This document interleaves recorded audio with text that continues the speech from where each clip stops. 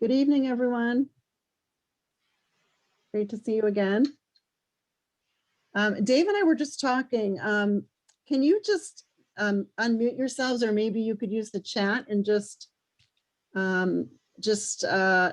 let us know whether you attended, all three or just this one, or I think I recognize some faces and some names, but it would be good for us to know if people participated in all three or two, or I've been here for all three. you have. Oh, great. I've been here for all three as well. Oh, terrific. I've enjoyed them. Me as well. Great. Yep, same. You're my only friends. Thank you. So I know that we will be sending you out afterwards. Oh, there's somebody else coming in. We will be sending you out after probably tomorrow. A very, very quick survey, just, what you liked and things you think could be different. Would you like to do it again? If so, what would be some topics, that kind of thing. Susan's joining us. That's great. So again, I'm Martha Madsen, and I direct New Hampshire Civics, otherwise known as the New Hampshire Institute for Civics Education. Very thankful to the New Hampshire Humanities for helping make this happen, and to David Alcox, who is a master teacher, and I know I've introduced him to you several times. And I think at this point that he really knows his stuff, and he knows how to explain it to regular people. So Dave, thank you for being here, and I'm just going to hand it off to you. Martha, but I think you want to make a plug for next week or 2 weeks from now. Is that something you want to do now? Yes. You're welcome. This is a very quick plug. I'm just going to show you New Hampshire Civics website. Can you all see that? Dave, can you see it? Okay. Yep. So the next event we have coming up is on, again, another webinar, Thursday, April 15th at 7 to 8. And some very young leaders will be joining us. They're around 22, 23, all of them, except for Anna Brown, who is also quite young. She's going to be the moderator. We're not going to talk politics. We're going to talk about what their formative experiences were, what inspired them to get involved and to take leadership roles. So Jonathan Weinberg is a member of the Concord School Board. He's a college student. Renelle Tshela is the founder of Black Lives Matter Manchester. She's at UNH. Cassie Levesque is a representative, a state rep, and she's a strong advocate to raise the age of marriage. And Jack Hansen is actually a former student of Dave Alcox's, and he's a political science major, and he's worked for campaigning for candidate in New Hampshire Senate District 16. So again, we're not going to talk about politics. We're going to talk about their education and their formative experiences, and just some of these questions about what has inspired them to become civically engaged. So I really hope that you can join us. You can sign up right here on our website. It's newhampshireCivics.org. And I invite you also to put yourself on our mailing list. So thanks, Dave, for the reminder. You're welcome. I'm going to put myself on mute, and I'll turn it over to you. Okay, well, thank you all. Thank you for being troopers and making it to the third and final installment of our Civics for Adults. I was going to say Civics for Seniors. That would have been, but you're all younger than I am, so thank you. Thank you for being here. And our Civics Slam today. And obviously the first week we touched upon the ideals of why we want to be governed, and talked about the Constitution, and the framers and the founders, and the debates that led to the after the Constitution. And then last week, we talked a little bit about more of the nuts and bolts, the political parties, the 14th Amendment and Bill of Rights. And then tonight, just to kind of finish off, what I'd like to do is share our screen and finish off tonight with our, with voting and citizenship for you. And, please, we have a nice, small, intimate group of people. I have the chat. I have the chat open. There we go. I have the chat open. So if there's any questions or anything that you'd like to add or chime in on, please feel free. It makes it fun when we all discuss and we all have some good ideas.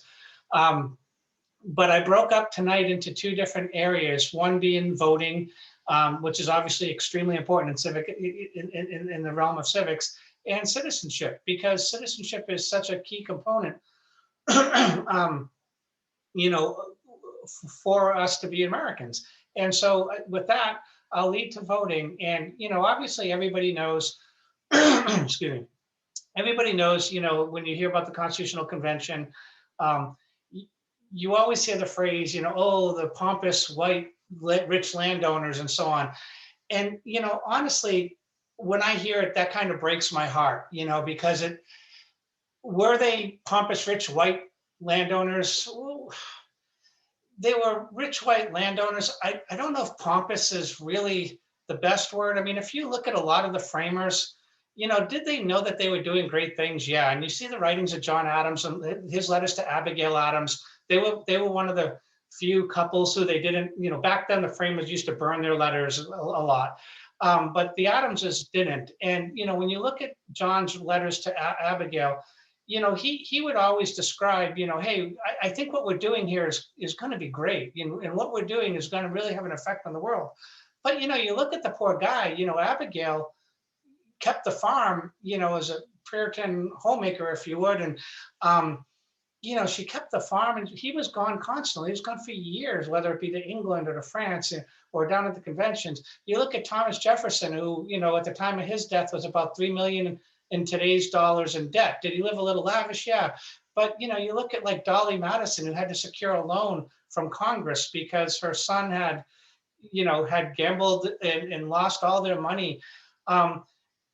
So it's difficult, like I struggle a little bit when people sit there and say, well, they had it all. And that's why it was always just, the landowners that could vote. But if you put two and two together, they were basically going off of what they knew, and pragmatism set its course. England only had voting for landowners as well. And why do you think that was? And feel free if you want to unmute and discuss a little bit, but why do you think in 1790, landowners were the only ones that could vote? What would come to your mind as to reasons why you would only allow landowners to vote? From my standpoint, if you're looking for a response to that, like you have this here, it says that you had a vested interest in how the economy and the government was working. There are a lot of people now. Yeah, you use the term only. Everyone wants a piece of what somebody else has busted their tail for, and they don't. And it appears in many cases they want it, but they're unwilling to spend the time and the risk that goes into some of those investments that people have made. But they want what that other person has because it looks easy and I don't want to work for it. Those are just my thoughts. No, but those are excellent thoughts, Robert, because when you look at the theory of government, that's exactly what John Locke said. When John Locke looked at property, he said the reason we enter into government and have that social contract, where we give up some of our rights so that we all get along. Ultimately, what he was also saying is you enter into a government to get your stuff protected. Locke said that if we didn't have have protection from others, then man wouldn't be industrious and man would never want to try to make or produce things because others would just come along and take it. So he's so we need to form government to basically protect our stuff. which is a little different than Hobbes, like when he wrote in the Leviathan, like, no, I will be your leader and you submit to me and I will take care of everybody. So you see these two competing ways of why we have government. But you're absolutely right. Like if you didn't have government, like, I mean, if you didn't have the opportunity to vote or have a say, you wouldn't invest yourself into the society. Why would you, right? And so would you agree or disagree that those arguments are still relevant today? Like if you look at voting today, look at who the landowners are. Like you live in a state where it's magnified because of property taxes, right? So look at the landowners in your state versus the non-landowners when it comes time to vote for things in your community. Do you follow what I'm saying? Do you understand like where that has come into like a head-to-head battle? It's Because if you're, oh, sorry, go ahead, Robert. it's a risk of sounding controversial. You also have the people in the same situation where you have residents and non-residents, where residents have a vested interest. Non-residents have a different set of interests. I can't say no interest at all. They have a different set of interests that may be in conflict, maybe conflicting with the values of people that live there on a full-time basis or are legally residents of that area. Yeah, and would you argue that the length of time those residents have been in that area also determines, the voting, the impact of the community? There's been a number of studies done where they've looked at the community and they looked at the longevity of where people have lived, and you could almost look at, there's a very famous one in Nashua about, the Tree Street community, and they look at the longevity of people living in rentals in the Tree Street areas, and are they vested in their community? Are they voting for the things that would improve their community? And there's a lot of I don't want to say evidence, but there's a lot of indicators that show that people who live in their community for a period of time, who own land in their community, will have a vested interest. And so, when the framers in 1790, the framers thought that this was a no-brainer. They're like, well, why would you let people who don't have a vested interest vote? It makes no sense, I live in Milford, New Hampshire. We have about 16,000 voters in our town, and 16,000 people in our town with 11,000 voters. And we struggle, like the things that people vote on, because we have a high population of people who live in apartments. And sure, you could argue, well, people who live in apartments, they pay rent, which goes to a landlord who pays, property taxes and so on. But it's not the same. It's not the same as somebody owning property and having to pay a true property tax. And so when you look at, in 1790, the idea of who should vote, well, the property owners, to the framers, that was a given. And that actually lasts, as you see in the slide here, until 1850. Most famously in 1824, when Andy Jackson loses to John Quincy Adams, Jackson argues he lost the mid-states because he didn't have, there were requirements. People who voted had to either pay taxes or have property or both. And so, under Jacksonian democracy, the idea was to try to strip those requirements, to try to expand the voting. And you see that goes until 1850. And, the voting restrictions are finally eliminated. Interestingly, as it says here, literacy tests, we look at literacy tests and poll taxes and grandfather clauses in the in the 1870s under the Jim Crow laws, but actually literacy tests come about around 1855. And part of this is, and I don't know if anyone's Irish here and has Irish background, but part of this was because of the famine in 1847. Connecticut, I want to say like Hartford had only a few hundred Irish immigrants in the mid 1840s. And then by around 1850, a little after 1850, they were up to like 2000 and to 3000, and they started to get seats on their government.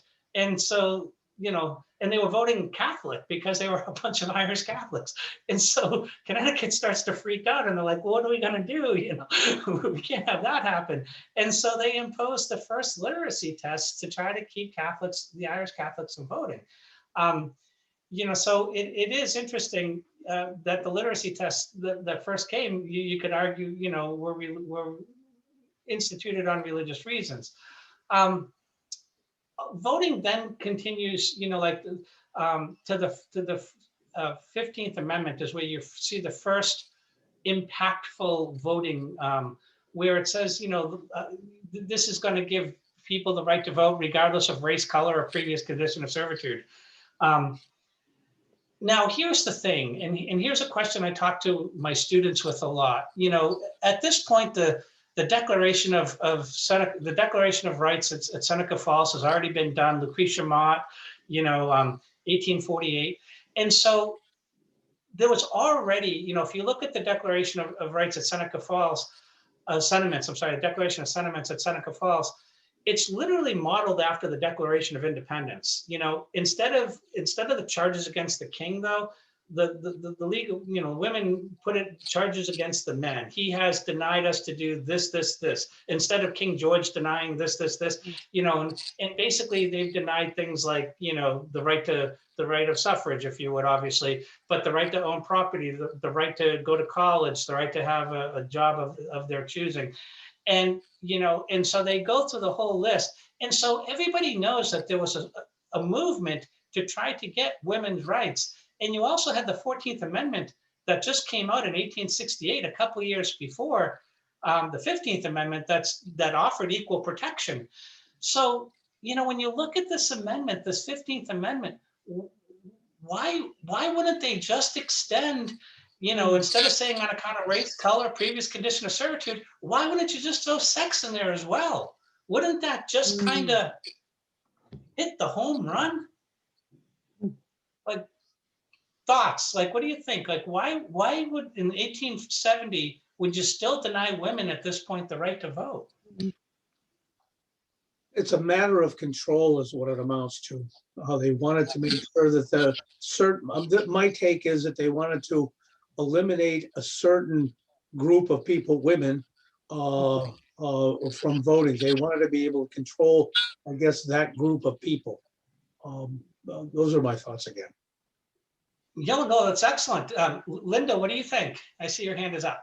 I'm not privy to the exact period, but I'm sensing that maybe the women didn't have a voice yet, that they didn't think that they could actually raise their voice and say, we want to vote back then. Yeah, well, there definitely were leaders, in 1870 for sure, who were standing up to try to get women the right to vote. And, and you're right, like, was it, too soon, if you would? Depending on who you talk to, and it's really interesting the scholars' takes on this. One hand, if you're looking at the 13th, 14th, and 15th Amendments as the Civil War amendments, right? One take is that the idea was you could take an African American in 1865 who was working on a plantation, use the 13th Amendment to abolish slavery and, use the 14th Amendment to make them citizens, anybody born or naturalized in the US and now citizens in the state they reside in. And then the 15th, give them the right to vote. And so within 5 years, you took somebody who was previously in a condition of servitude and turned them into a full-fledged voting member. The argument is, well, why not give women the right to vote at this point as well? Yeah. And if you look at what could be the motivation, one theory, like I said, depending on who you look at, who you read, one is, well, if you gave women the right to vote, that would have also given white women the right to vote. And so white women would vote for white women, white people in the South, and white women in the North would vote for white men in the North. But if you gave the Black African-American male the right to vote, would that be a voting bloc like within itself? You know that they're going to vote for, you know, sympathizers, abolitionist sympathizers, you know, coming down, carpetbaggers, if you would, coming down from the North.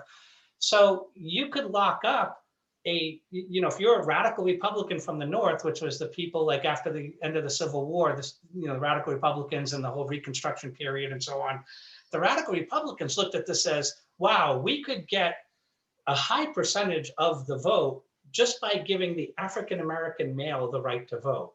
If we extend it to the woman, then white women are going to vote for people that we may not want them to vote for in the South. And if you actually, and if I was a good teacher, I would show you the chart, but I just kind of feel like I've gotten off on a tangent here. If you look at the chart of the office, like the political parties that are in office in you know, the 1880s and so on, the radical Republicans are at about 75, 80% of owning the House and the Senate. So they want to maintain their cover. I mean, it's the most radical, it's the highest amount of any political party controlling, you know, a House or a Senate at a period of time. And it's right after the Civil War. And it was you know, a way people argued for them to also stay in power. So it was kind of a struggle because, you know, when you look at like when John Bingham writes the 14th Amendment from Senator from Ohio, you know, like, was that where, you know, would he have hoped that women got the right to vote? You know, again, whoever you read, a lot of people felt that he thought this was going to be a blanket for everybody. But it was, you know, if you look at the 13th, 14th, or 15th Amendments, people argue it was used just to keep, you know, the radical Republicans, as it says here, to stay in Congress. So it was difficult because the reality is women really don't get the right to vote until 50 years later you know, in 1920, the 19th Amendment, and you can remember it real easily, 19 and then 20. In 1920, the 19th Amendment gives women the right to vote. And these are the Silent Sentinels, which were run by Alice Paul. You know, they would go out 6 days a week wearing their purple and gold and white.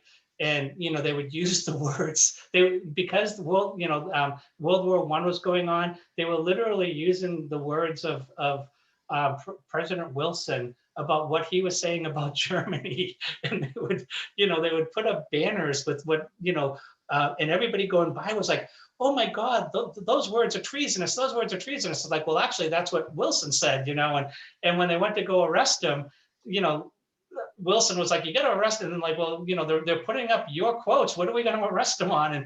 And basically they arrested him on disturbing the peace and preventing people from walking past the walkway. And they would throw them in the jails. And the women would go on hunger strikes. And in fact, they passed a law. It's called the cat and mouse law. And what the cat and mouse law was the women would go on hunger strikes, so they would release them. And then when the women got better, because they'd be out of jail and they'd start to eat again, they'd go and they'd arrest them again and bring them back. So it's sort of like playing cat and mouse with them. So women actually, you know, women will get the right to vote in 1920. And obviously there's a ton of great stories there, but I'll move along. A lot of people say, well, women, they must have been the last people, you know, to be the right to get the right to vote. The reality is it's going to be the Indian Citizenship Act in 1924, which is going to give American Indians the right to vote. Sadly, states, because the 10th Amendment still allows you to make voting laws, states still were able to prevent American Indians from voting. In fact, I think the last state was 1962, which was Utah, that finally gave Indians the right to vote. And it's actually being scrutinized right now, I believe, in South Dakota in the midterms in 2018, there was a law that was just passed saying that you had to have your address on your ID. And for the American Indian, it's a struggle because they're not having their address anymore. They're using actually like GPS coordinates to be able to find them on their reservations and so on. So it's not actually like a physical address. And people are worried if this is going to disenfranchise, you know, those people as well. So that's kind of on the radar right now for people. the voting continues to go, there's constantly going to be challenges. There's a number of issues that are going to come up.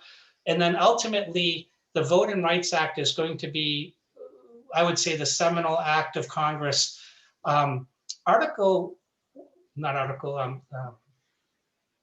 Title I of the Civil Rights Act of 1964 dealt with voting. But Title I in the Civil Rights Act of 64 also allowed for literacy tests. And that was obviously a struggle. And so obviously in 1965, if you look in the lower left, you have Jimmy Lee Jackson here. He gets shot in Marion County, which is the town right next to Selma here in Alabama. He goes in to protect his uncle and his mom, who are in a restaurant having dinner, when there was a protest going on outside, and it all just broke out, and he gets shot. He gets brought to jail. He gets held in the jail while he's bleeding. He can't get any medical attention. They finally let him go. About 9 hours later, he dies about 3 days after in the hospital. And people argued, they're like, look, if we only had the right to vote, we could have elected a sheriff that might be, cognizant of these things. But at that point in 1965, I think there was only 2% of Alabama and 2% of Alabama, 1% of Mississippi African Americans that were registered to vote. That's why, like, you had the Freedom Summer and people going down to register voters. And so they said, we have to do something about this. And, if you look on the top right, that's John Lewis here. This is John Lewis today. Well, sadly, I know he passed away, but this was John Lewis in 1965 with Hosea Williams next to him. And actually, Hosea Williams, if you see my mouse, his gravestone is right over here. I've done a lot of work down in Selma doing documentaries and so on. And he's actually buried right at the corner here of the bridge. But, they obviously want to lead a march, and they want to march from Selma to Montgomery, which is 55 miles. They're going to take 5 days and march 10 miles a day. On the first day, they go to march. This is where you hear, Sunday Bloody Sunday in the American version, not the Irish version. But Sunday Bloody Sunday, they go to cross the bridge. And once they set forth in Montgomery County, the sheriff on the other side of the bridge is like, no, you got to turn around. You can't march. And that's where you see, all the cameras were focused in, and you saw John Lewis get beat up and a lot of other people, and they ran across the bridge. And I interviewed a lot of people. I interviewed a girl who was actually on the Eyes of the Prize, which is a very famous documentary series about civil rights. And she also echoed one of the other girls who said, I was running, and one of the guys was running by me, and he went to go pick me up to carry me. And I said, no, put me down, because I can run faster than you. And they tried to get across the bridge. And that was Sunday, that was Sunday Bloody Sunday, and the world saw that. It was televised live. And then Martin Luther King came to Selma on that Tuesday, and they were all set to march. And Martin Luther King was part of the Southern Christian Leadership Conference, SCLC, where John Lewis was part of SNCC, Student Nonviolent Coordinating Committee. And SNCC wanted to march and take one for the team and get hit again.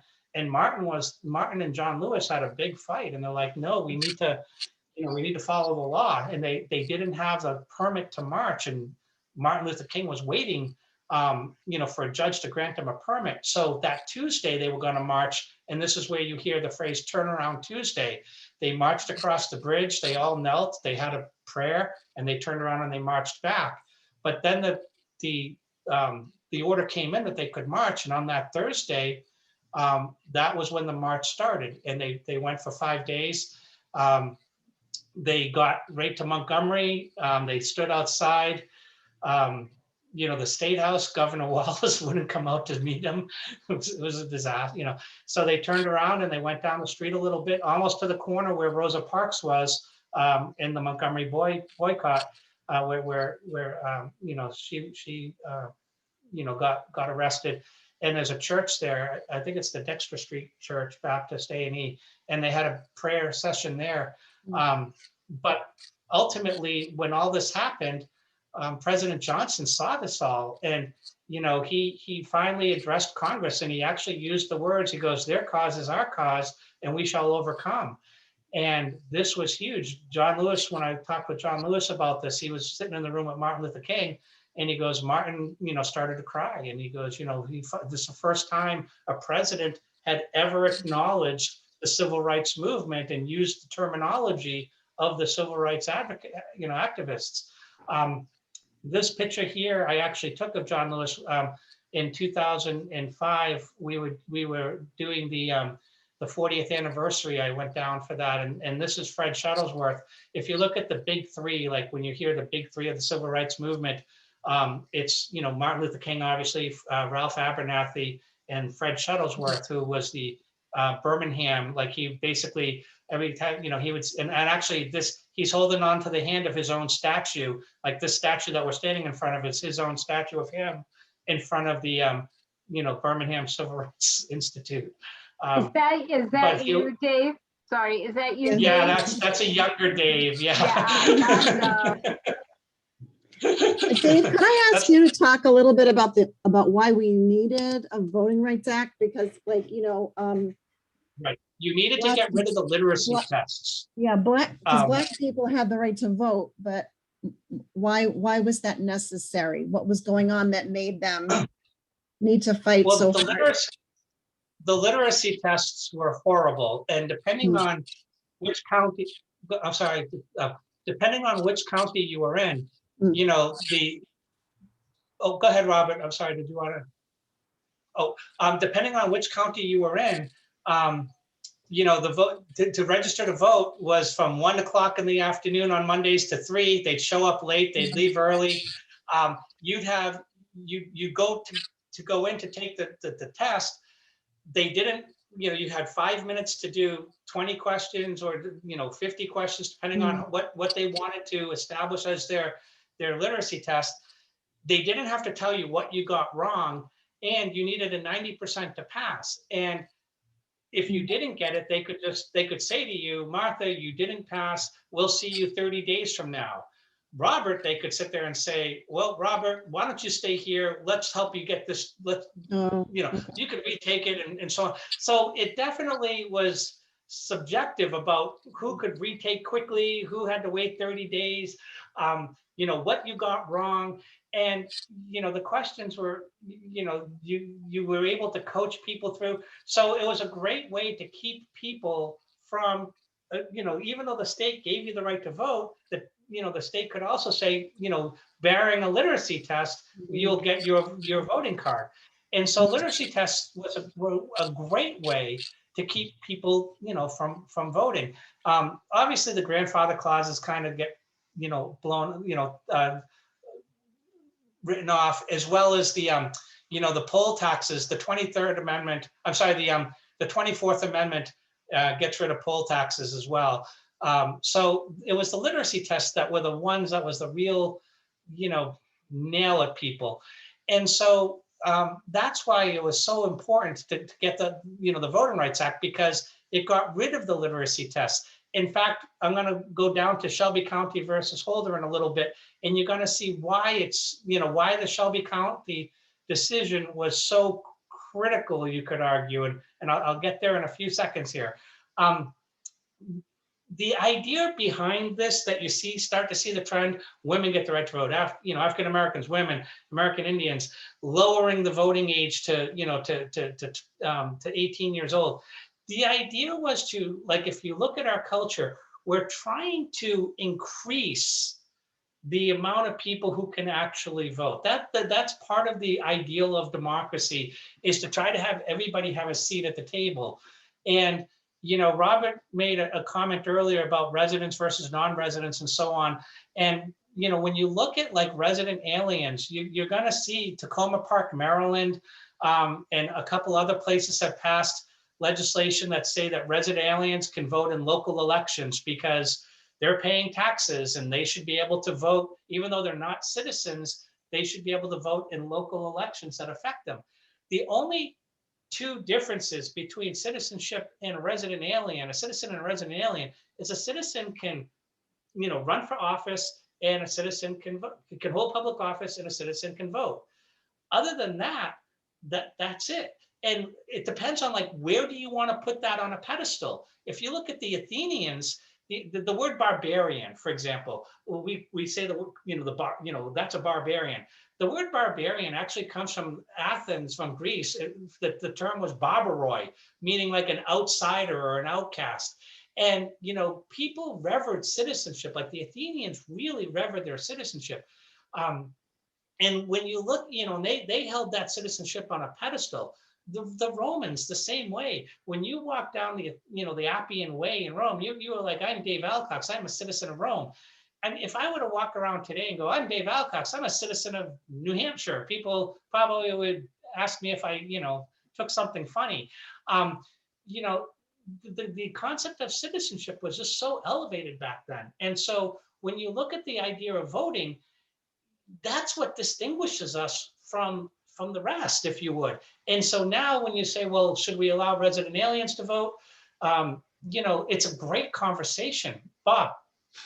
One of the Yeah, reasons the voting age was dropped to 18 was that people that were being sent to Vietnam initially had no say because they were 18 up to 21 years old. And the big conflict was, if you're going to send me over to get killed, I want to at least vote on the person that's doing it. So those people had a vested interest. So we're going back to the people that have a vested. It wasn't just handed out like 18-year-olds, let's do it now. There was a push because these people were being sent to die, and they wanted a piece of the, at least to say, who's going to send me there or not send me there. So there was a vested interest in these people voting. exactly. And if you look, I think if I was better, I would know the numbers. But the average age of the U.S. soldier in World War II was in the early 20s, where Correct. the average age in Vietnam was 19. Correct. And you're absolutely right. Like you're not 21. You're 19, and and that's hence the photo. It's like, look, if I can fight and die for my country, I should have a say in the government. Absolutely. And also too, ancillary to that, the age of alcohol was dropped to 18, then again raised up again. But the same thought process came about. If I'm going to go over to Vietnam, get killed, geez, can't I have a couple of beers? Yeah. So these weren't just knee-jerk reactions to people wanting, let's give these people a vote because, gee, wouldn't it be nice? We gave these people the vote because they had an interest in it, a live or die interest in this. No, absolutely. That's a great point. And, it was legislated as an amendment, like when you look at, it's an amendment. It is funny, the drinking age, a lot of people don't realize, but the drinking age really is still a state right. It's the states that have uniformly put it up to 21. And this is where you talk about the power of the purse and Congress. Congress has used, their power, the Commerce Clause and the power of the purse, to do grant and aid programs and to say, look, if you want your drinking age to be, if you want your drinking age 18, that's great, but you won't get any highway funds, for this or that. And it's ironically, it was Vermont and Texas who were the last two states to really hold out and not bump up to 21. And then in Vermont, there was a couple deaths of people under the age of 21, and the Vermont people were like, oh, it's blood money, and they actually pressured their state legislature to bump it up to 21 because Vermont was like, we don't need your highway funds because we just don't. We're making more money, selling to 18 to 21-year-olds than we will getting federal funding. But it is like the drinking age. New Hampshire's drinking age is 21. It's still a state. They could easily jump down to 18 if they chose to. But they'd have to give up the money, and it's on the power of the purse. The grant and aid programs are literally the federal government's crack addiction to people because they kind of wean you on, and it's like, well, here's some money, and now what do you think? And so it is pretty interesting. And here's the Shelby County that I was talking to you earlier with you about, Martha. The Shelby County versus Holder comes down the pike. And this is to me, it's a landmark. I argue it's a landmark case. It's up there with, your biggies, Roe versus Wade, Mapp versus Ohio, Gideon versus Wainwright, Miranda versus Arizona. Because what this argues is they got rid of the, like with the Voting Rights Act of 1965, one of the provisions was if your state, because like we said earlier, states make their own voting laws. If your state wants to make a new voting law, then think of it as educators where you have to submit lesson plans. Well, they're like, we want you to submit what these new voting laws are going to be to Congress. And we're going to, we'll look at it and we'll determine if it's, neutral on its value, on face value, if it's not going to commit any type of hardship or anything. And we'll either say yay or nay. Well, with Shelby County came along, the idea was, well, you were using a formula in terms of looking at population and census, for the Shelby, for the Voting Rights Act of 65. So, Section 5, Section 5 ends up becoming, they rule it to be unconstitutional at this point. And it's interesting because John Roberts was the fifth, like he was the he was the deciding vote. And the reality was when that happened, what that basically said was we don't have to hold states accountable to submitting what their changes are going to be to their voting rights, to their new voting laws. And if you look at John Roberts' decision, he basically says, guys, we don't discriminate anymore. It was the 1960s when all that happened. We're a lot better now. We're fine. And right after Shelby County happens, states went nuts and started creating their own laws. I'll give you an example. In North Carolina, the voting booths were near metro stops because it gave people opportunity to get off the metro, go and vote. When Shelby County happened, they moved them about 8 miles away from metro stops. So now you'd have to figure out a way to go from, the metro stop 8 miles to go vote. And, who does that affect? You could argue that the photo ID laws, whether you're for them or against them, well, who does that affect? Is there a certain population that's going to disparage a little bit? Look at what just happened in Texas in 2020, right? Like, remember how they were trying to push the voting booths to the county's farthest corner, to try to, stop people from getting there. And, with Shelby County, you arguably you're able to do that. So it created. So Dave, would you say this was a turning point because up until now, there's more and more and more people voting, and then and this is the first time that there was a sort of a turnaround in limiting that or discouraging voting. Right. And if you look at the history of our country, we don't like to take rights away from people. We don't like to make things harder. I mean, the only amendment that gets overturned, is prohibition, right? Like we took the right to drink. And then in 1933, FDR is like, no, I think it's a depression. We need a drink, And like, we don't like restricting people's votes.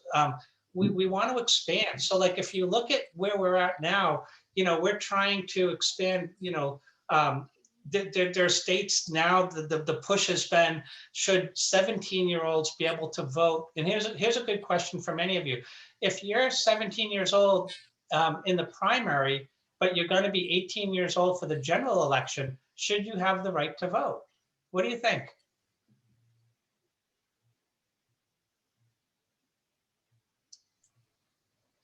Elizabeth says yes. From my standpoint, according to the law, the way it is now, when you're 18 years old, and if you're 18 years old for either the primary or the general, the law says you're ready. You can vote either way. But if you're 17 in the primary and 18 in the general, you vote in the general election. Right, and in our state, this came up, and our state said, no, 18 is 18, like our state constitution says you must be 18 to vote. And that's what they went on. But it doesn't say to vote where or when. Like other states, Maryland, again, being a, leader, a lot of states, said you had, 18 to vote in the general election. But a lot of people look at a primary and say, well, all a primary is picking the people, the candidates in your party to advance towards the general. So this is where people could argue rights collide. If you have the right of association, like if you want to First Amendment right to associate with, whoever, do you have the right to associate with a political party? Well, if you do, is there a certain age that you have the right to associate with that political party? Can you be a 10-year-old card carrying Republican or Democrat or Libertarian? If that's the case, should you be able to vote for who you want to put forward into the general election? So when you are 18, you're able to vote. What do you think? I've heard of some localities offering the opportunity to vote to younger people, I think 16 or 17. And I think the idea is that is to get them into that habit and encourage them to buy into paying attention to their local issues. I'm not saying I'm for or against it. I'm just saying it's an interesting policy to put forth. Well, tagging on to what Dave said, where do you stop? 10 years old, 9, 5. You want the kids to be involved? Where do you? I mean, you've got to draw the line someplace, and this state has drawn the line at 18 years old. You get to vote when you're 18, not when you're 8, 6, 5, newborn. Right, and obviously oh, go ahead, Linda. So go ahead. I wanted to agree with Bob. I'm a former legislator, and I think that if we wanted to change it to allowing the almost 18-year-old to vote in the primary, that we need to tweak that law. Otherwise, if we don't do that, then you just have to wait for the general this 1 year. Yeah, and obviously, when you look at the, is the age of 18 a artificial, is it a social construct that we picked 18? We say, hey, you're a legal adult at the age of 18. And I always joke with my students because, when they turn 18 in school, I'll come up to them and I'm like, oh my God, did you molt? And did automatically you just start going, oh my God, I'm legal. I'm a legal person now. Like at what point of the night did all of this fall off you and you become, a legal person? And, it's called scrutiny tests and, rational basis scrutiny, right? The lowest form is, is it rational that an 18-year-old is considered a legal adult? Is it rational that we should let 16-year-olds drive? Is it rational that we should allow 60-year-olds? I always fight with my students about the 60-year-old getting the discount. Like it broke my heart. I'm 55, actually I'm 56. And about 4 years ago, at Dunkin' Donuts, I got my coffee and it had this 5% senior discount. And I brought it into my kids and I almost died. And I'm like, guys, this is killing me, And I go, the worst thing is, it's like, you guys are the ones that should get the discount. You're young. You don't even have any jobs. I'm like, if I'm 55 and I can't afford a $2 cup of coffee, I've got more problems, And so, we use these rational basis testing. And obviously, I don't think anybody would say, well, 10 years old and vote and so on like that. But it is a good argument that if the general election is 18 and you have the right to associate, that's what some states are looking at. And they're saying, and like Linda said, you'd have to obviously rewrite legislation. But that's what their argument is that, well, in the general, that's when people really become a representative of whoever the general body elects. Where in the primary, you're just putting forward a candidate. Whether they win or lose, who knows? But if you're 18 and you can vote on that, then there you go. So yeah, Shelby was the big case, and there's been cases after that, you know, redistricting cases that we've seen and so on, and things that we talked about last week with the gerrymandering and so on. But you know, and so that basically kind of wraps up the voting part of it.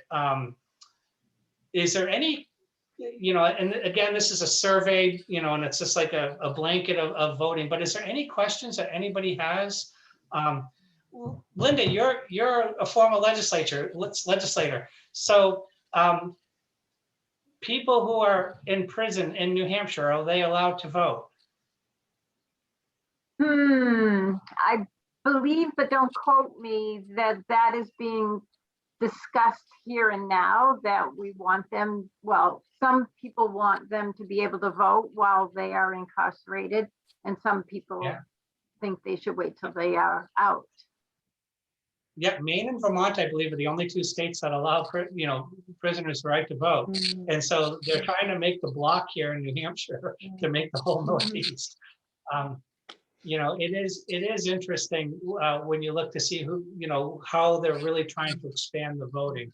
But I'll shut up there. Is there anybody have any questions on voting, or like, I didn't know about this, or I didn't know about that? Is there any? I'd like to formally discuss the idea of residency with college students.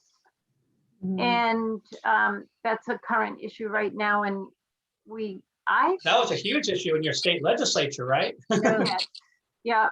And it seems to me that the part of the discussion was, you know what, if you register your car in New Hampshire and you're here 9 months of the year or whatever, and your car is insured here, that shows us kind of good faith that this is where you spend most of your time. But I think the argument is, I don't want to insure my car here and blah, blah, blah. I shouldn't have to do that. If I want to, I can vote here.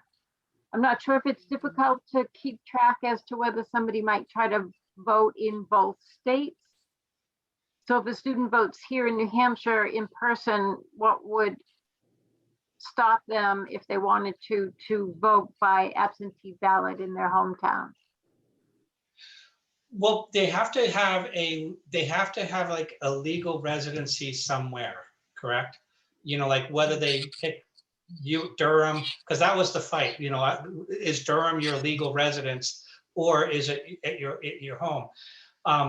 Somewhere on the books in your town clerk, your town clerk has you enrolled as a resident of that town, and that's where you vote. And if there was, you know, like if you did have by chance some dual residency, you know, obviously you get in trouble, you know, like if you voted twice, you'd have to get caught. But you'd have to get caught. But if you did, it's what, a $10,000 fine. You know, Yeah. are you willing to do that? You know? I mean, is that fine assessed? I mean, it's a $10,000 fine, but things don't get assessed. I mean, how many people have been hit with $10,000?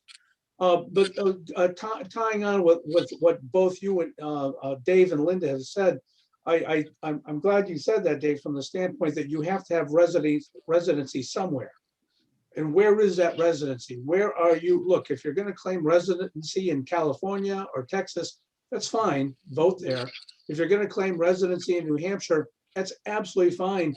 Just claim residency. Do what you need to claim residency. If you love the country, I don't think it'd be wrong. I'm being sarcastic when I say this. If you love the state that much, vote there, claim residency, put a mooring down someplace, and honor that location and vote there. And I honestly don't know what the tax implications are. Somebody on here may know better than me. But if you claim residency in Durham, are you still able to be under your parents as a dependent? You know what I mean? Like, I don't know. Oh, I don't know. Don't know. Does That's a good anybody point. on the panel maybe know that, or? That's an interesting point. What address do you put on your tax return? Well, that's what I'm wondering. That's You know, another. like if you don't put your parent, if you don't claim residency at home, do your parents, are they still able to take you as a deduction? That is an interesting point. What address are you putting on your tax forms? What Really? about in-state tuition versus out-of-state tuition? Everybody would claim residency to reduce their tuition bills. Oh, true. Yeah, No, you've got to be, there's a certain amount of time you have to be a resident to actually get in-state Is tuition. it 2 years, I think, for It, in-state? it's different other places. I know friends from New Hampshire that moved to Vermont, and they had to make sure they were up there in time for their kids to be able to get into school and claim residency. that makes sense. Yeah. But at But least I have no idea about the taxes. it's interesting. They were at least forced to claim a residency someplace, and they to go to school there and take advantage of the discount. They had to claim residency in Vermont or whatever state in that case. Huh.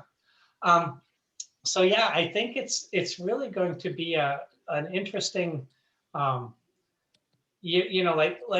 I see the idea of like people going more towards the idea of that they want online voting and they want people to be able to because obviously the residency for UNH and stuff was to make it easier, instead of kids getting the absentee ballot and so on. But you talk to anybody about online voting and barring even just the idea of of hacking and all that, the reality is you've got to be able to walk to your or go to your voting in your community, and that's all part of that communitarianism that we were talking about last week. And so like I understand the people, the 18 to 24-year-olds is the lowest voting block in our country, and part of that is because many of them are away. I mean, my daughter goes to Merrimack College and still tries to go out of her way to vote, but it's still difficult for her, and she's civically focused. A lot of her friends are just like, I don't care, but once they're back, or once they're wherever they feel that that's where their permanent residents are, then they're generally more active. It is hard. They're a hard little nut to move. I'll definitely, give them that.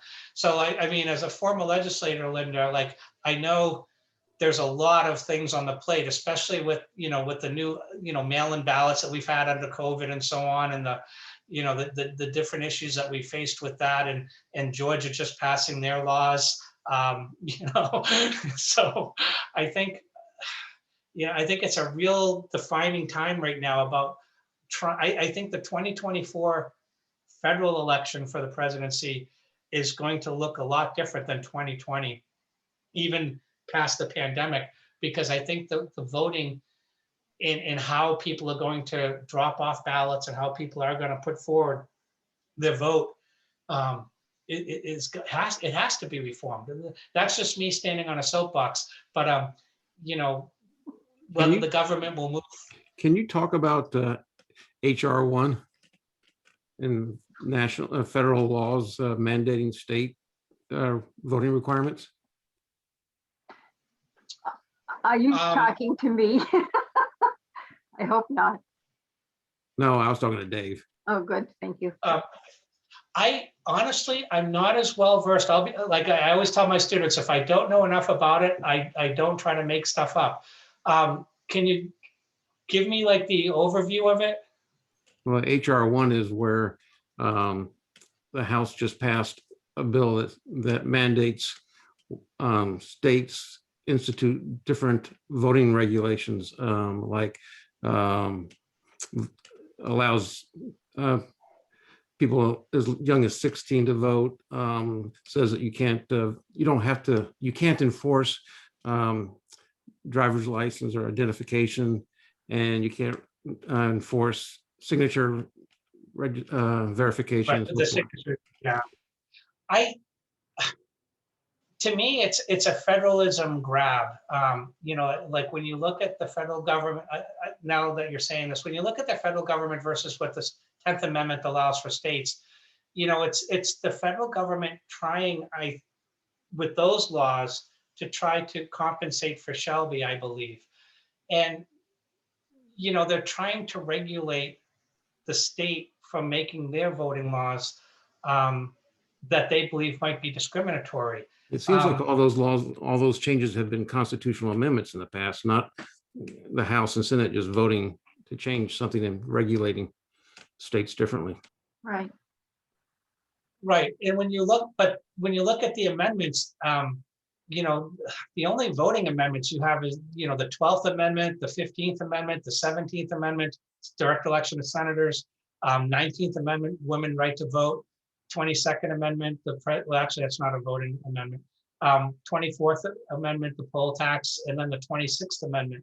So those are the biggies. These are more going after the state to stop making laws, you know, that are regulating like on their state level, like preventing, you know, either furthering or preventing somebody from voting on their state level. I But don't wasn't know that what enough. the, can I say, wasn't Go ahead. that what the Voting Rights Act of 1965 did too? I mean, that was a federal. Well, yeah, it was a federal law. prevention. It was a federal law that said before you make a law in your state, you have to let us know what this law is, and we'll see if it's neutral on, you know, non-discriminatory in nature, and then we'll allow, you know, we'll say yay or nay. But it seems that HR 1, from what Lewis is saying, is that it's telling you, is it telling you, Lewis, what you can and can't do? I think it's telling you what you can't do, that you can't restrict non-citizens from voting. You can't restrict 16-year-olds from voting. You can't check IDs. You can't check signatures. I Yeah, think see, that's right. Is HR 1 also trying to tweak the Electoral College and also trying to make DC statehood and Puerto Rico a state to increase No, the Senate? I don't Is think that so. part of HR 1? No. I don't think so. if we had another No. week, I would come back with all these answers for you. All right, I'm sorry. I know No, that's part of the discussion. Yeah, no, I don't know. That's a good, well, it gives me something to play with now. I've heard of HR 1 coming down, but I didn't know what the specifics were. So I'm sorry, I'm not versed on that as well. No, I may have gotten some of the facts wrong too, but that's what I'm hearing. That's the gist of it. Yeah, I hadn't heard the 16. I heard, Mhm. and, you know, fair redistricting and other things. The things that you just read off are things I hadn't heard of, but I know a lot of the nonpartisan groups in New Hampshire are, you know, gotten behind it because, you know, trying to make elections easier and more fair. Yeah, I just Yeah, put the text of it in the chat. And, you know, there's, I think it is a pushback, like Dave was saying, for Shelby. And it's, I think, a reaction to the gerrymandering, things like that. So it's just different ways to look at it.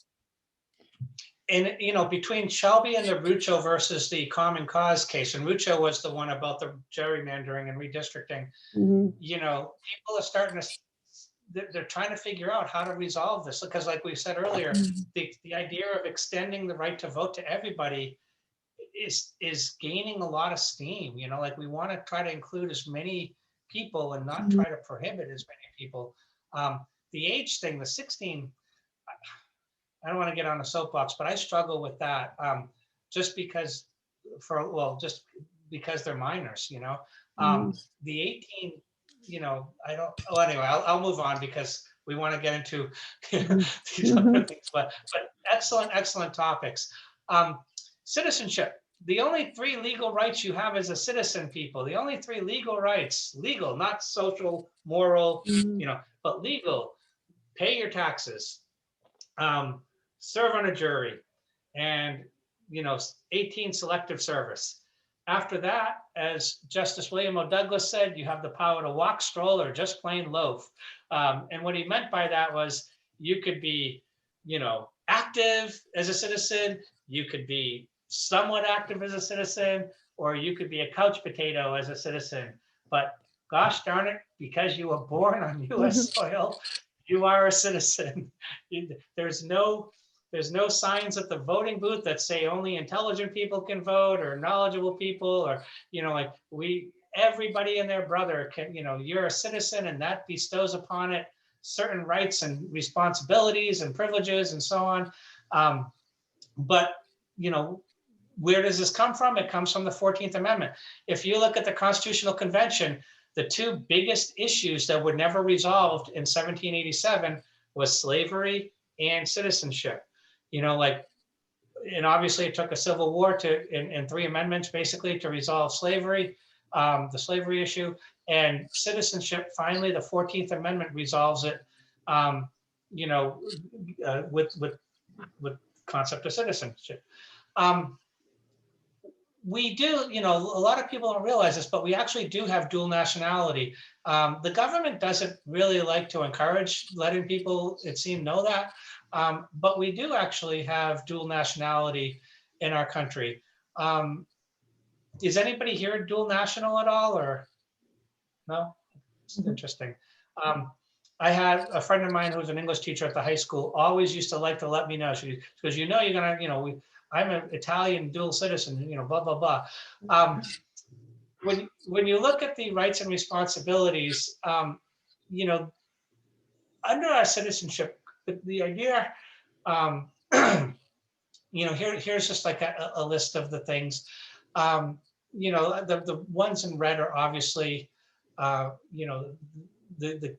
what I consider to be, the key ones. But if you look, when you look at like participating in your local community and stuff in terms of responsibilities, you can trace this all the way back to Alexis de Tocqueville. In 1836 to 1838, Alexis de Tocqueville comes and he tours through America, and he writes, a 2-volume book, Democracy in America. And in his book, Democracy in America, one of the things that he's so blown away about in the American people is that their desire to join what he called voluntary associations. He's like, this country, this democracy thing is amazing. Everybody's joining all these groups, and it's almost like the government depends on these groups to sort of help run the country. And, these non-government organizations, or these NGOs that we say now, and it was something that when you look at, at that period of time, that was part of, that concept of communitarianism. Now, if you come to 2021, what do you think? Are we still in that sense of communitarianism, or do you think that we are living busy lives? I mean, I know this last year's a pandemic, so let's toss that one out. But before 2020, do you think that this concept of participation in community groups and organizations, has it been strong, or are we throwing more money instead? Are we just like, I'd rather just donate. I don't really have the time. What do you think?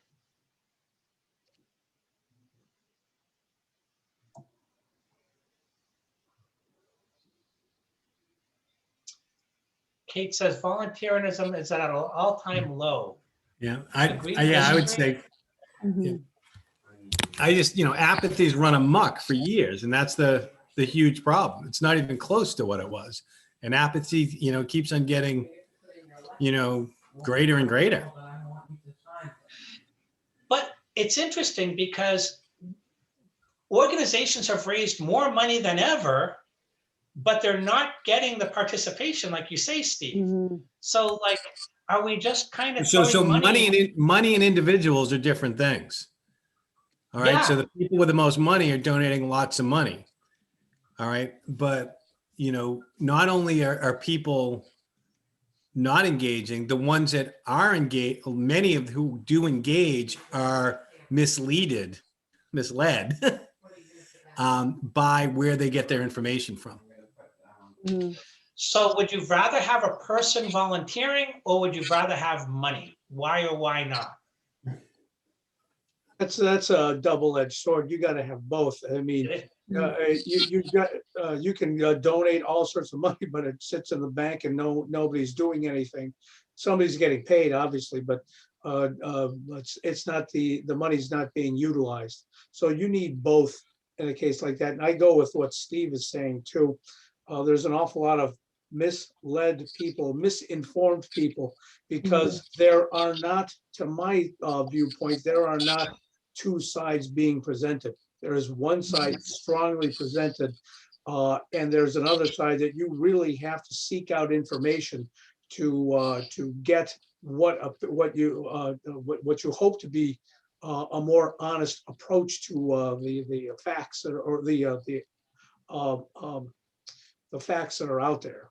Yeah. So I actually, talk a lot about this in the book I wrote, about how discussion and debate is like the filter. And ever since that went away, that I call it one of the stools that are, one of the legs our stools of democracy stood on, balanced on. And when that went away, because, that's how you figure out if you know something. When you're talking to somebody, if they can't explain it in a conversation, then they really don't know what's going on. And the other thing is that, when you've got to explain something, it really forces you to organize your thoughts and really think about it. And the fact that people don't do that anymore, leads to the fact that we really, we're not processing really what's going on. We're just being led and we're not thinking. And to tie Yeah, into what Steve is saying, to go a little farther with that, there is no such thing as investigative journalism at this point. There is sound bites. There is what's happening of the next 20 minutes, and then it goes away, and nobody does anything to look into why, what happened, what led to this point, because the news cycle is so short, people's attention spans are so short, their lives are so busy that they can't spend that amount of time looking into those things.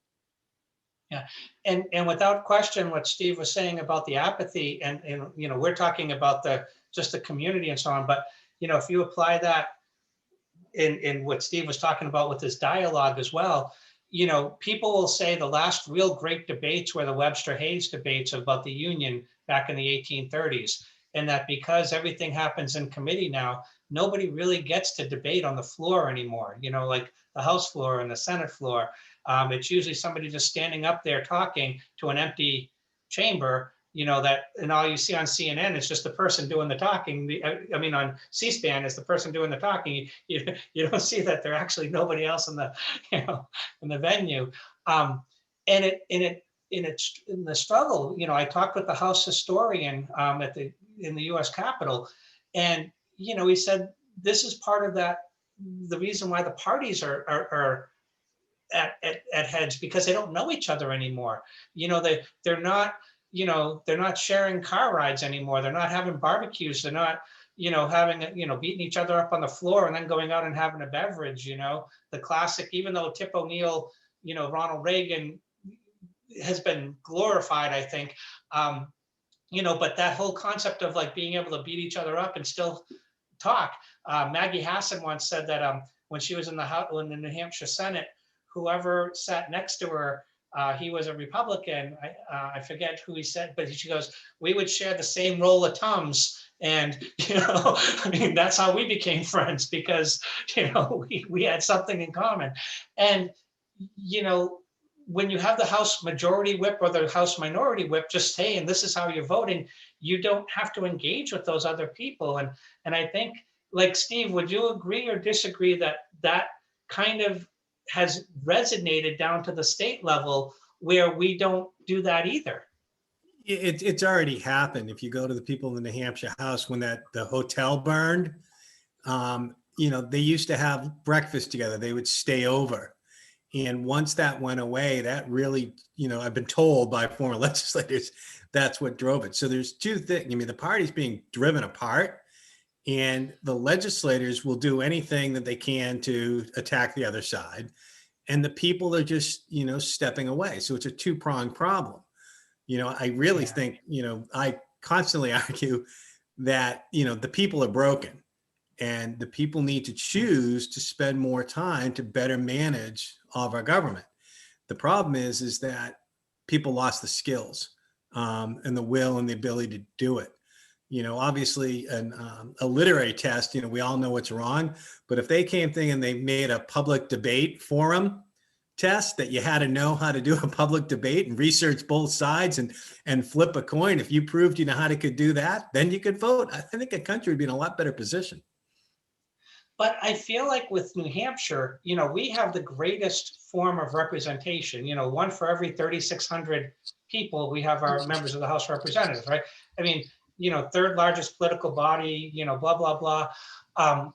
And we still struggle, I mean, if we're struggling and we have, that New Hampshire advantage where. But that's, so you talk to I tried to see if there was a group of moderates in the legislative on, on the Republican side. The Republicans were telling me they couldn't even come up with 10 moderates.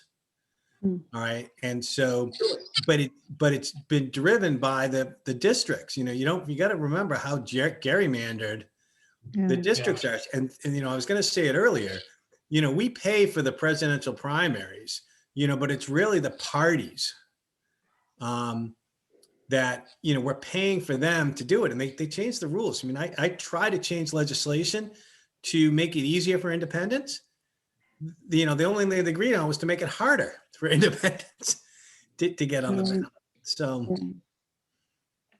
Yeah, and I think, Linda, you obviously saw that, as a former legislator, I mean, you've got 400 people duking it out, and you have your factions and you have your different groups, and that must have been a struggle, I guess is the best way to put it.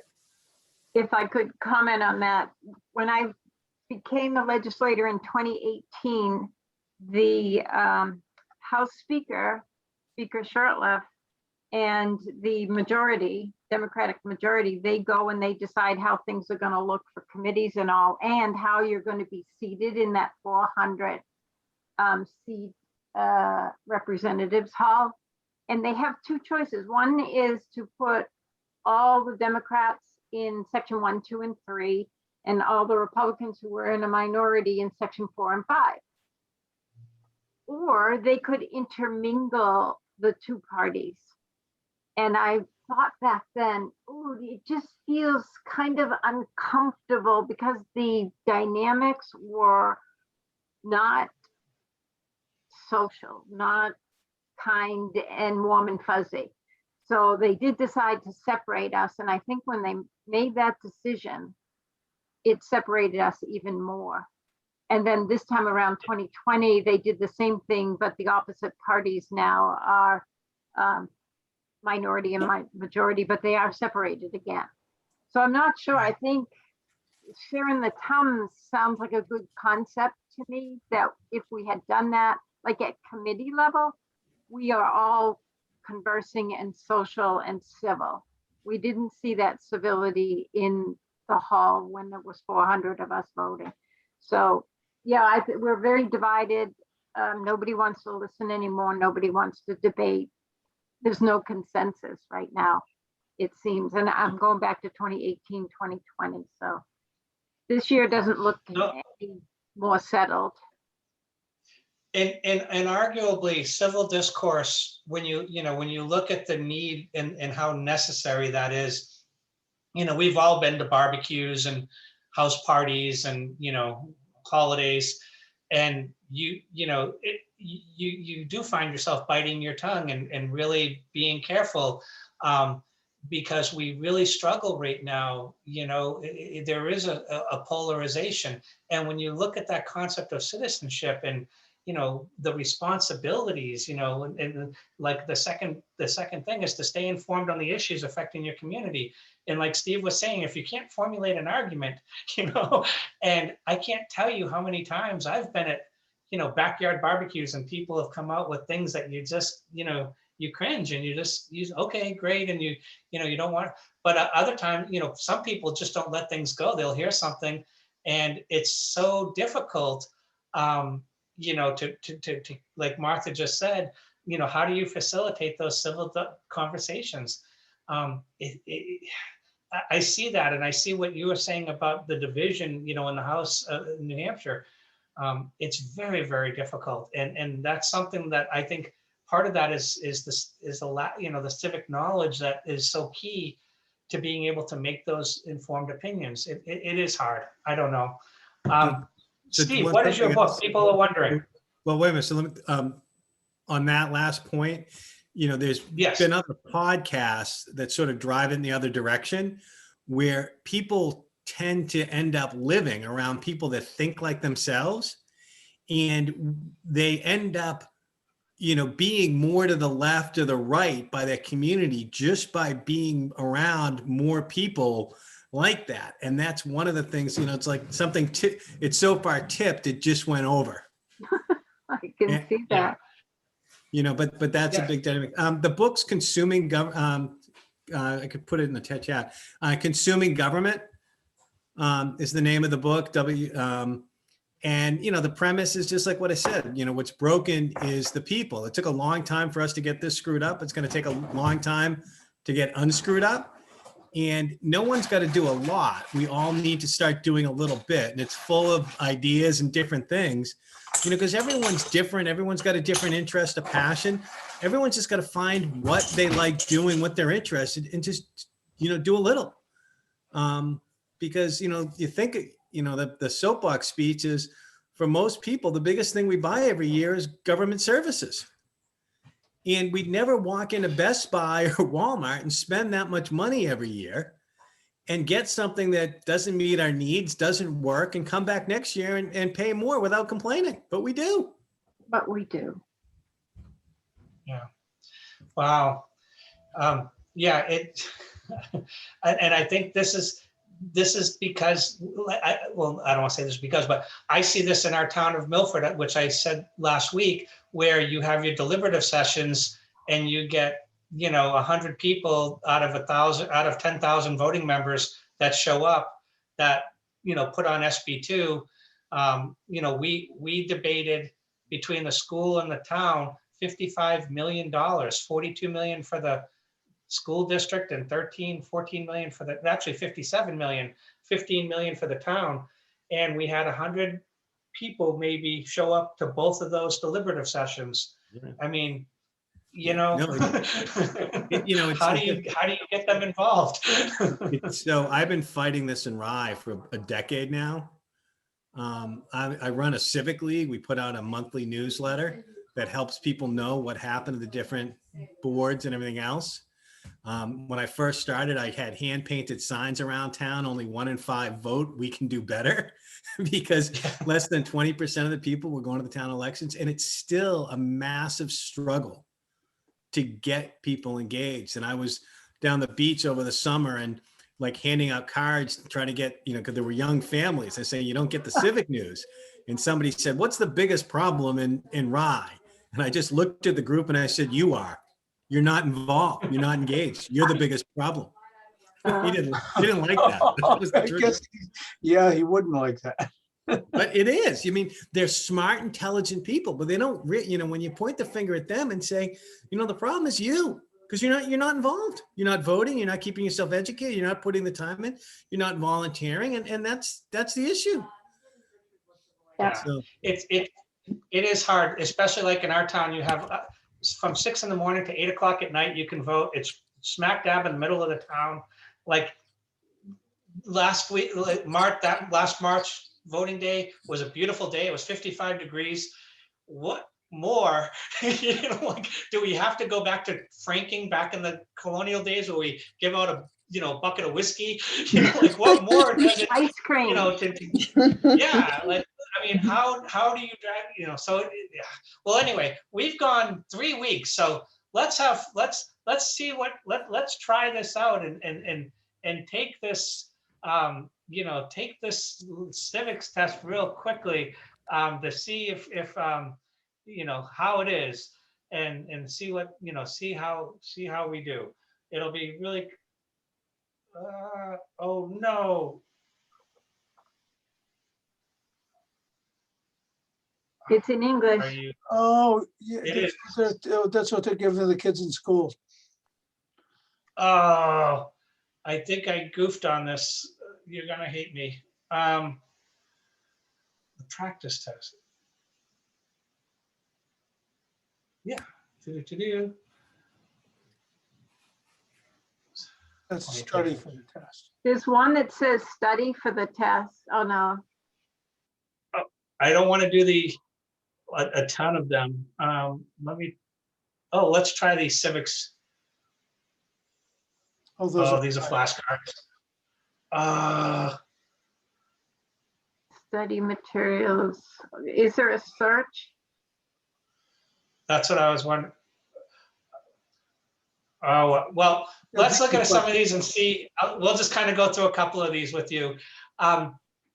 Supreme law of the land obviously is the Constitution.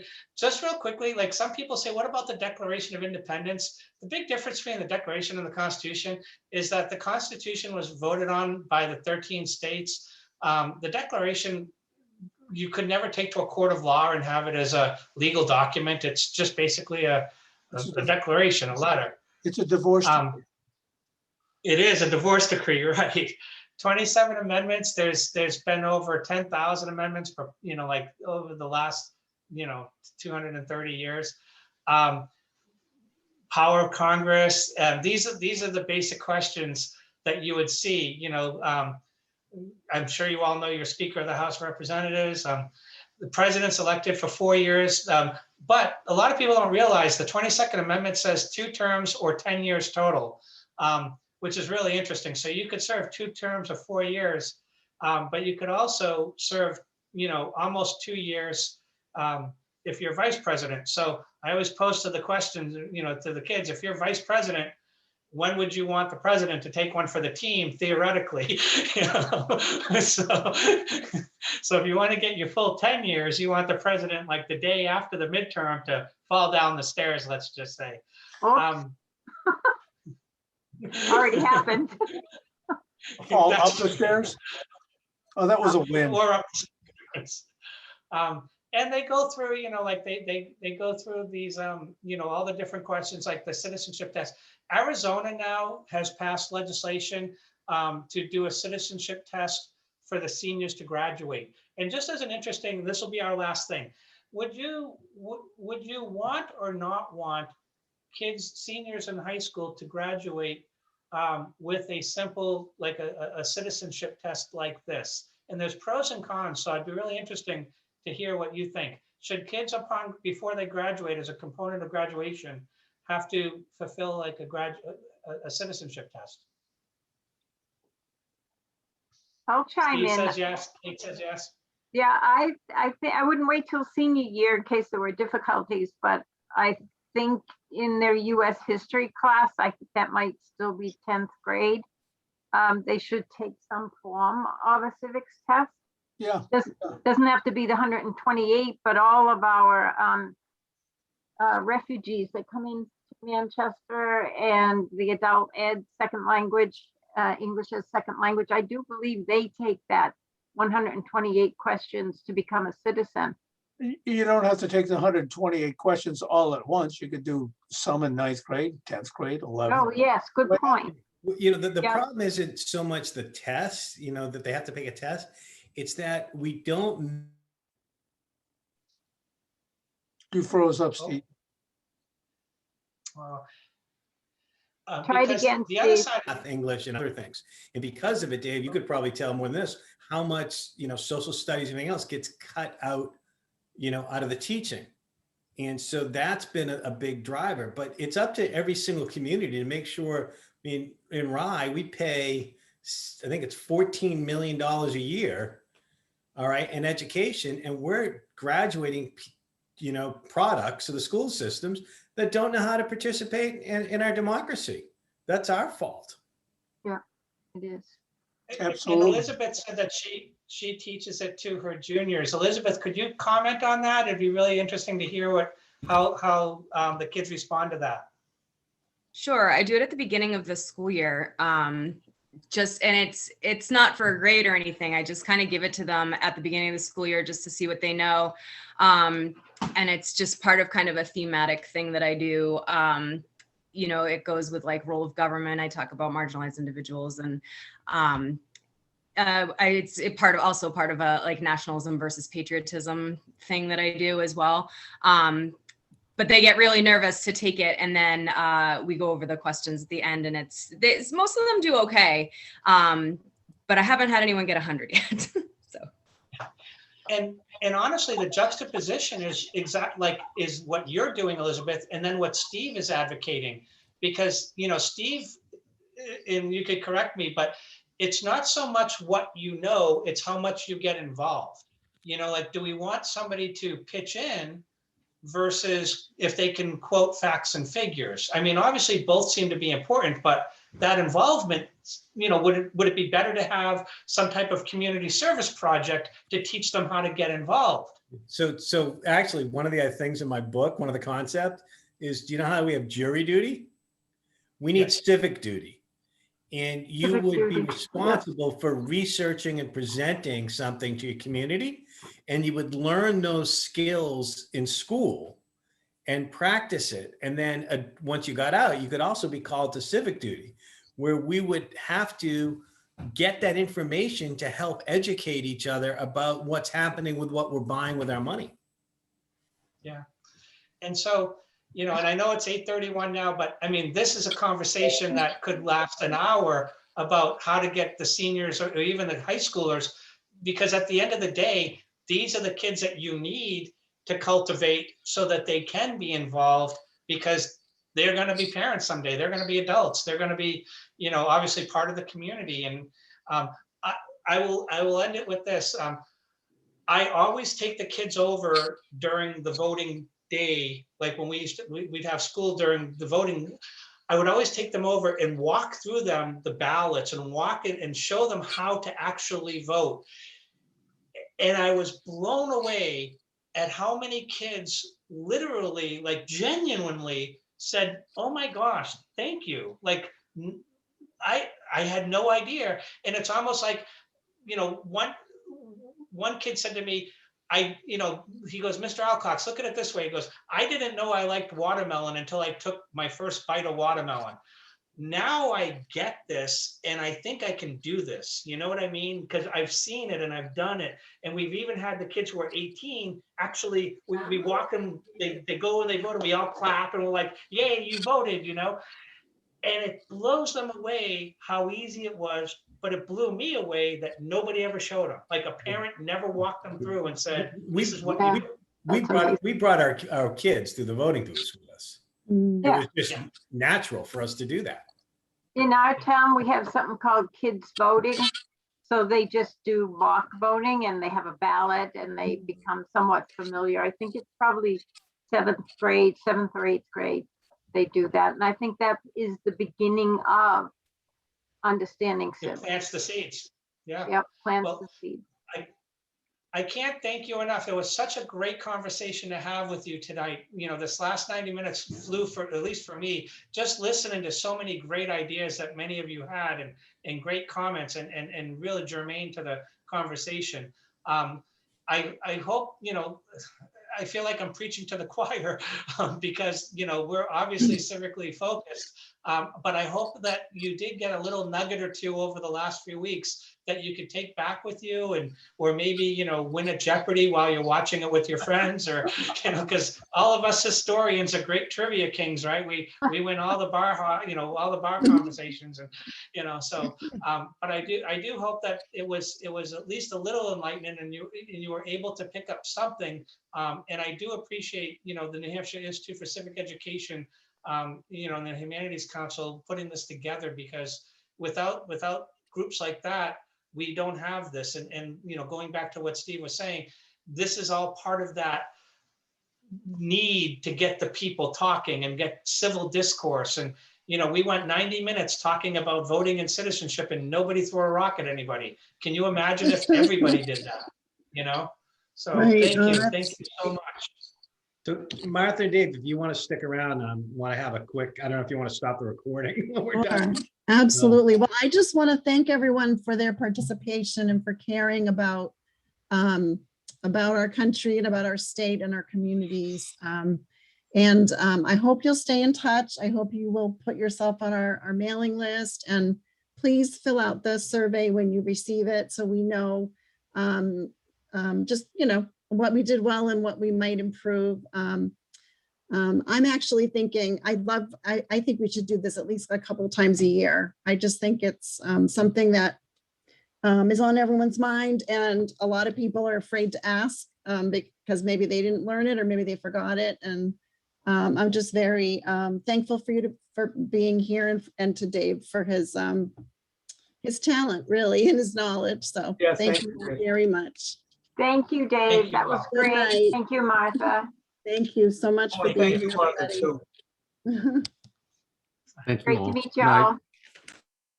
Thanks. Hope to see Bye. you guys again. Take care. Take care. Bye-bye. Okay, so Steve, did now, you want to say something? Yeah, I just wanted to know if she wanted to shut off the recording first. first, let me try to shut it off. Yes, I want to stop the